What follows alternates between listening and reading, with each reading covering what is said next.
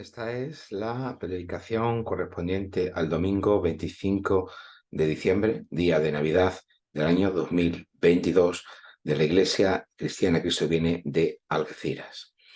Para esta predicación, el pasaje de referencia que tendremos es el relato del nacimiento de Jesús, según el Evangelio de Mateo. Por tanto, Evangelio de Mateo, capítulo 1, versículo 18, hasta el capítulo 2, versículo 23. Como siempre digo, podéis detener aquí la grabación y leerlo a continuación. Yo, mientras tanto, continúo. Hoy nos dedicamos a celebrar con reflexión serena el nacimiento de nuestro Señor Jesucristo.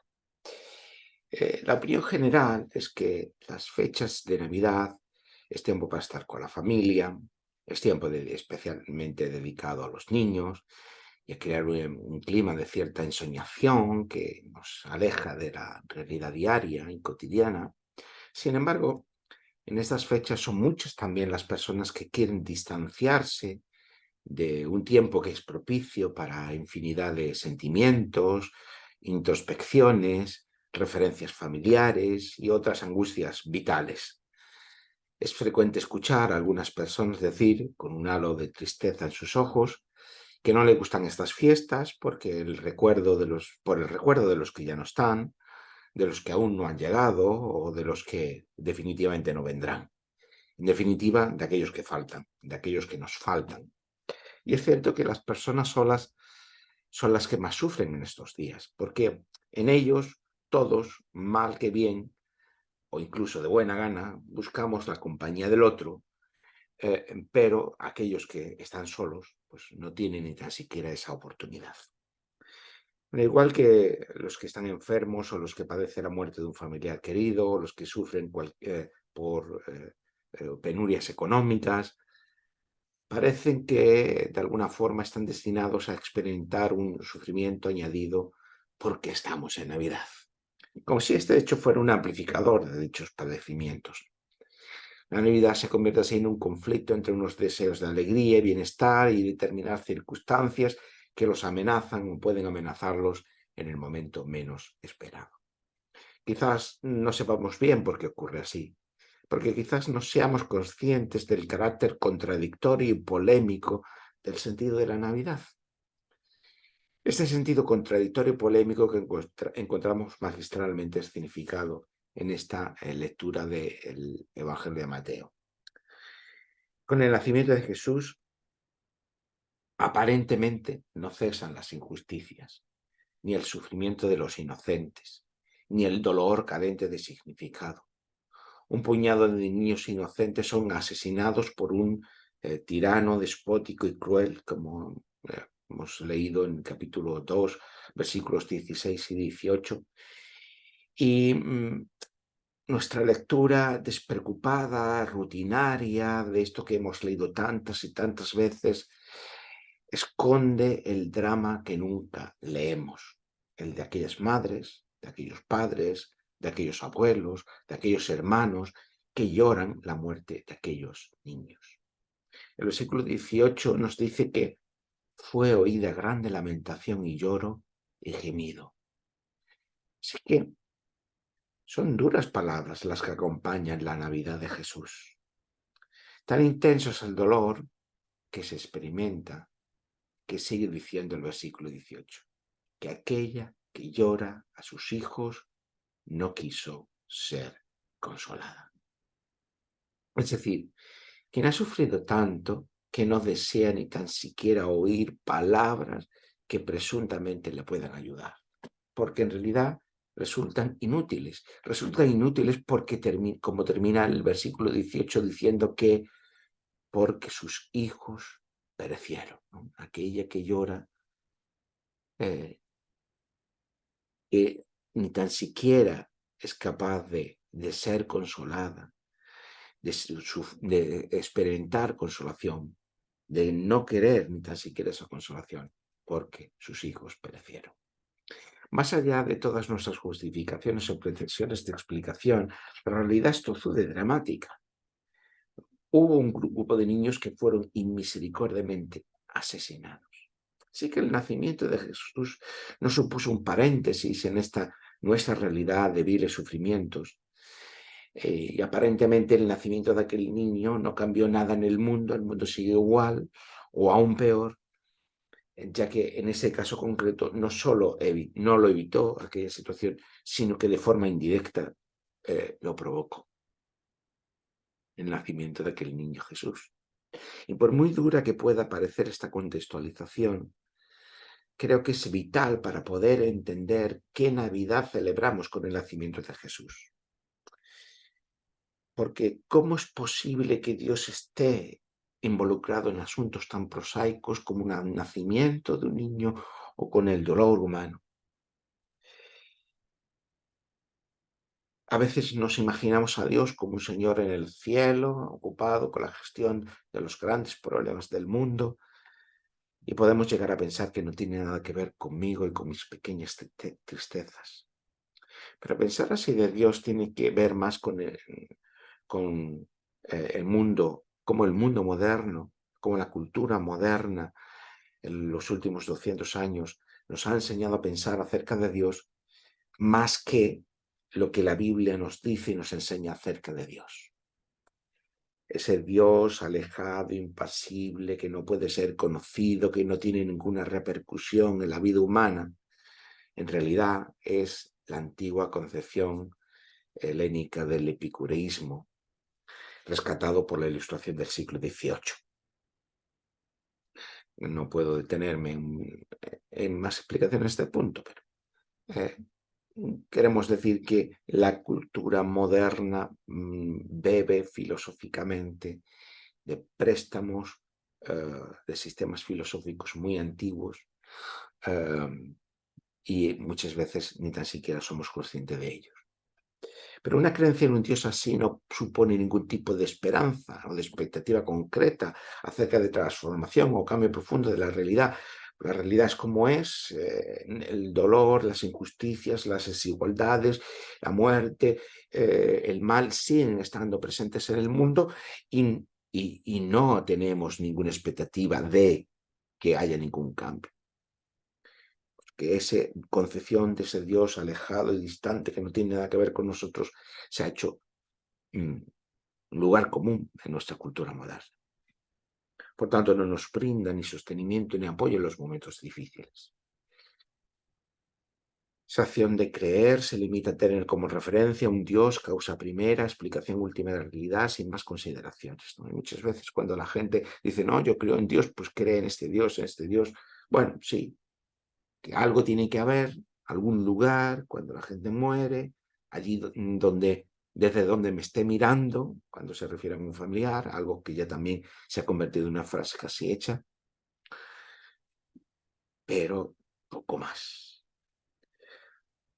Por supuesto que un Dios así es indiferente a los inocentes que sufren, pero tenemos que decir muy claramente y afirmarlo muy enfáticamente, ese no es el Dios que se nos manifiesta en la palabra, en las palabras de la Biblia. El Dios bíblico es el Dios que se nos está autoentregando en la persona de Jesús. Por eso siempre cabe preguntarse, ¿quién es este Jesús? Como escribe Mateo, Jesús es Dios con nosotros, versículo 23 del capítulo 1, que es engendrado por el Espíritu Santo en María, versículo 20 del capítulo 1, ¿para qué? Para salvarnos de nuestros pecados, versículo 21 del capítulo 1.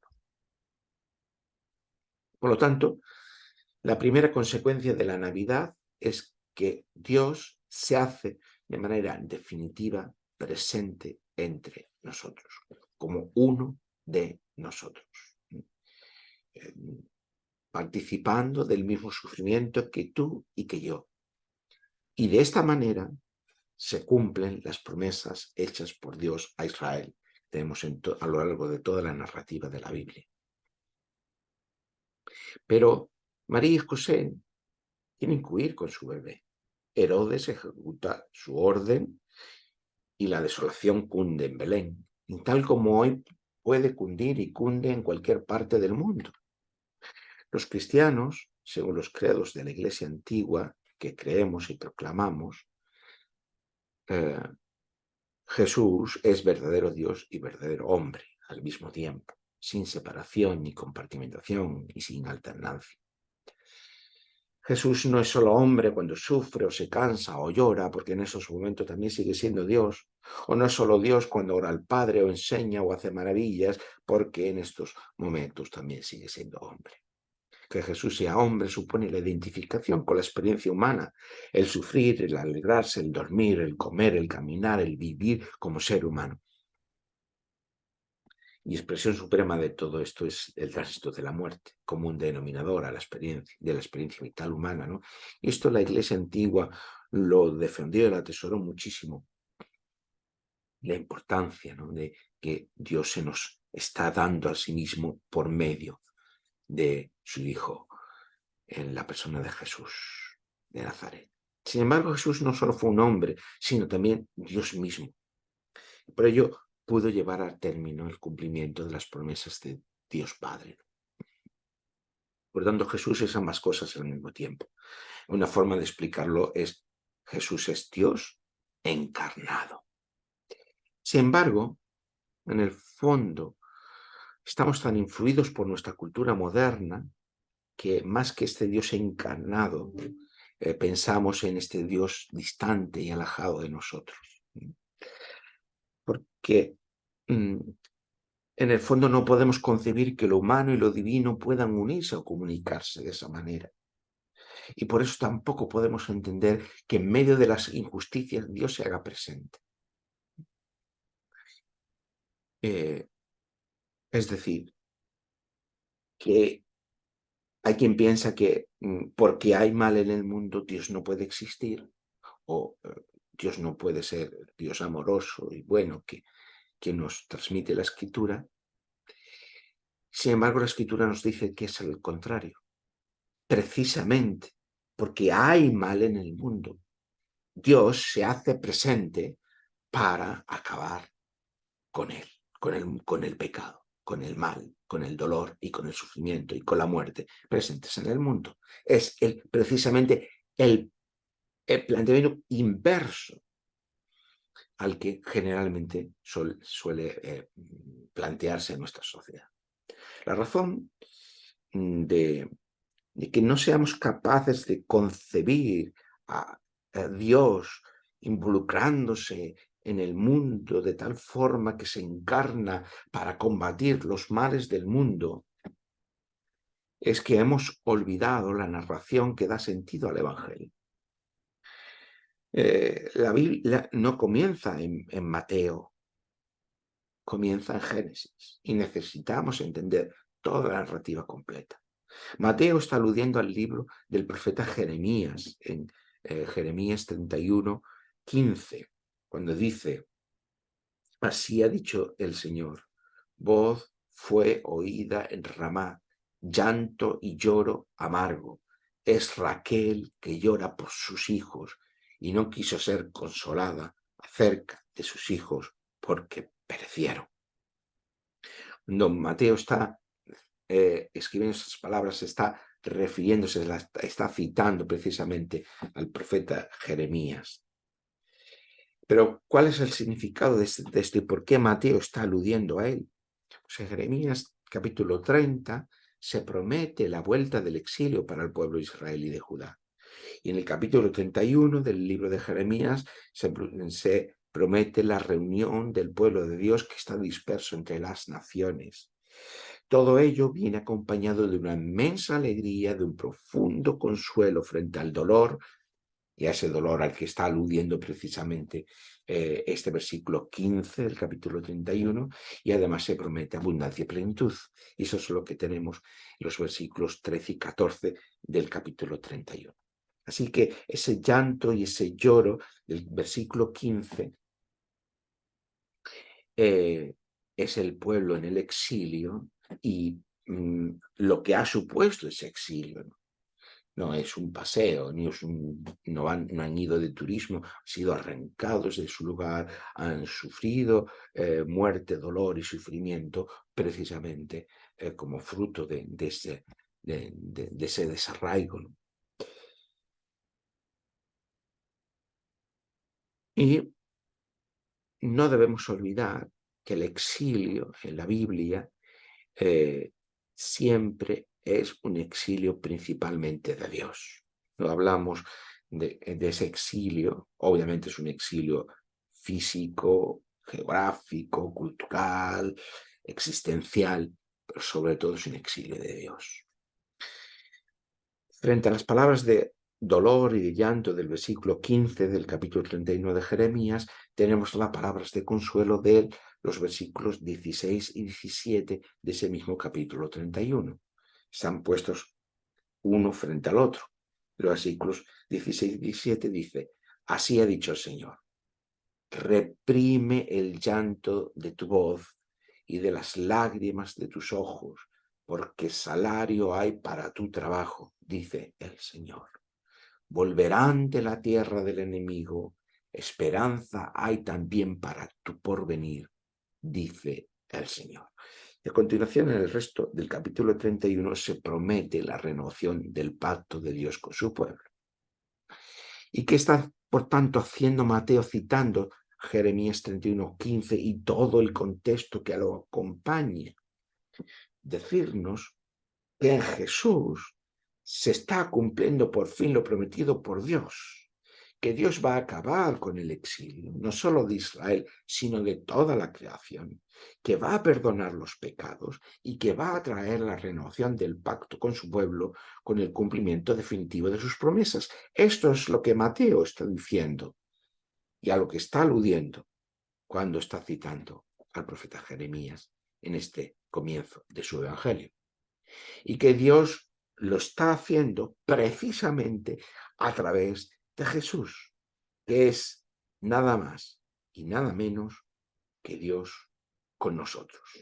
Emmanuel, esa palabra en hebreo, transliterada al castellano, al español, ¿qué significa? Dios con nosotros. Dios se hace como uno de nosotros, carnándose para acabar con el exilio, para acabar con el dolor, con el sufrimiento, con el mal, con la muerte, venciendo a los poderes que gobiernan en el mundo, venciendo precisamente a ese dolor, a ese sufrimiento, a ese mal, a esa muerte y a ese pecado. ¿Por qué Dios con nosotros? Porque precisamente la vuelta de la presencia de Dios entre su pueblo da lugar al cumplimiento de todas sus promesas, en lo que está profetizado. Lo que los profetas están anunciando una y otra vez. Y lo extraordinario es que de todo ello es que se realice por medio de una persona, Jesús de Nazaret. No es que ya no vuelve la presencia de Dios al templo, sino lo que ahora la presencia de Dios tiene lugar por medio de una persona. Y lo que Mateo está diciendo alto y claro para aquellos que no han olvidado la narrativa completa de la Biblia es que Dios está haciendo todo esto por medio de Jesús. Y que ese es el significado de la Navidad. Dios se hace presente a una humanidad que sufre y que lo que hace Dios es compartir nuestro sufrimiento. ¿Para qué? Para darnos el consuelo definitivo. Porque no es solamente un sufrir con nosotros, sino es vencer aquellos poderes que son causa de ese sufrimiento. En la comprensión adecuada de la narrativa bíblica no tiene contradicción, no hay contradicción en que haya mal, que haya dolor y que haya sufrimiento en el mundo y que Dios se haga como uno de nosotros, porque Dios se hace como uno de nosotros precisamente para vencer a estos poderes. Precisamente, Dios viene precisamente, por tanto, a nosotros, Dios con nosotros, para poner orden definitivamente en su creación. La concepción moderna a la que aludía yo antes, el del Dios despreocupado, impasible o sobrenatural que crea el mundo y lo abandona, nos convertimos en náufragos sin posibilidad de llegar a tierra firme.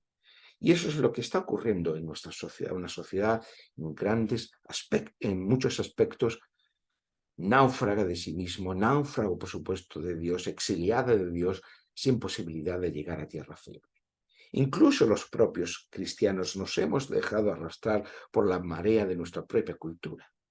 Y muchas veces también estamos naufragando en medio de esta sociedad. Por eso, en nuestra sociedad muchas personas, ya lo he dicho antes, dicen que el Dios cristiano es perverso, ya que si realmente existiera haría todo lo posible por acabar con el dolor, el sufrimiento de este mundo, o que si realmente existiera debería darse a conocer de forma evidente.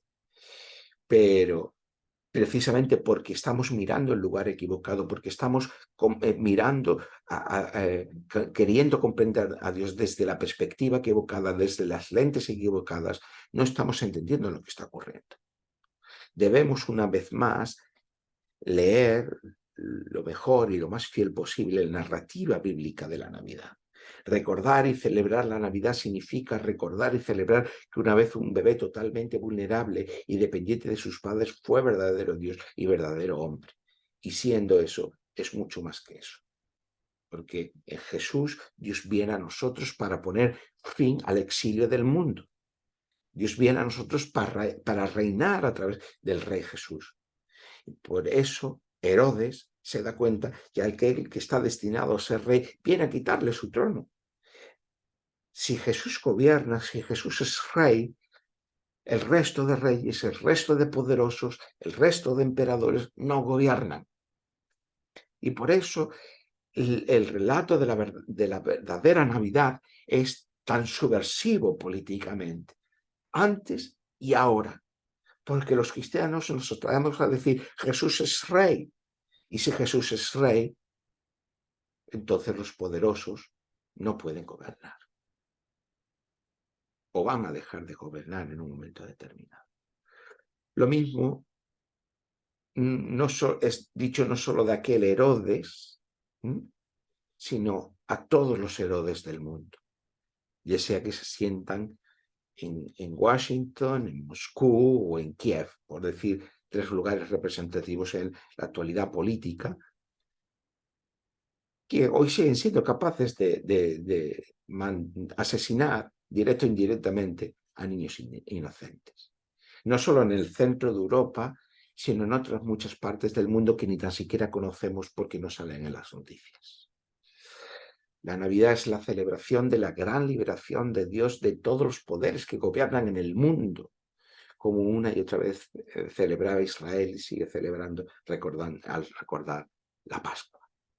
Por lo que Mateo, citando el profeta Oseas, dice: de Egipto llamé a mi hijo Mateo, en el capítulo 2, versículo 15. Celebremos la Navidad no solo si las circunstancias no son favorables, sino precisamente porque no nos son favorables. Celebremos la Navidad no solo si las circunstancias pudieran sernos favorables, sino porque precisamente no nos sean favorables. Hay mucho que celebrar cuando sabemos que el exilio ha terminado, que nuestros pecados han sido perdonados y que la abundancia y la belleza de la nueva creación será pronto planificada. Y todo esto es lo que celebramos con el nacimiento de Jesús, nos celebramos en la Navidad, reconociendo que ese niño se ha convertido en rey, que los que actualmente gobiernan un día van a dejar de gobernar, y que los poderes del mal, del pecado y de la muerte han sido definitivamente derrotados y vencidos, y que por lo tanto esperamos la renovación de este mundo, en un mundo nuevo. Nada más y nada menos que esto es lo que celebramos en Navidad. Dios con nosotros, Emmanuel, que viene a nosotros. Amén.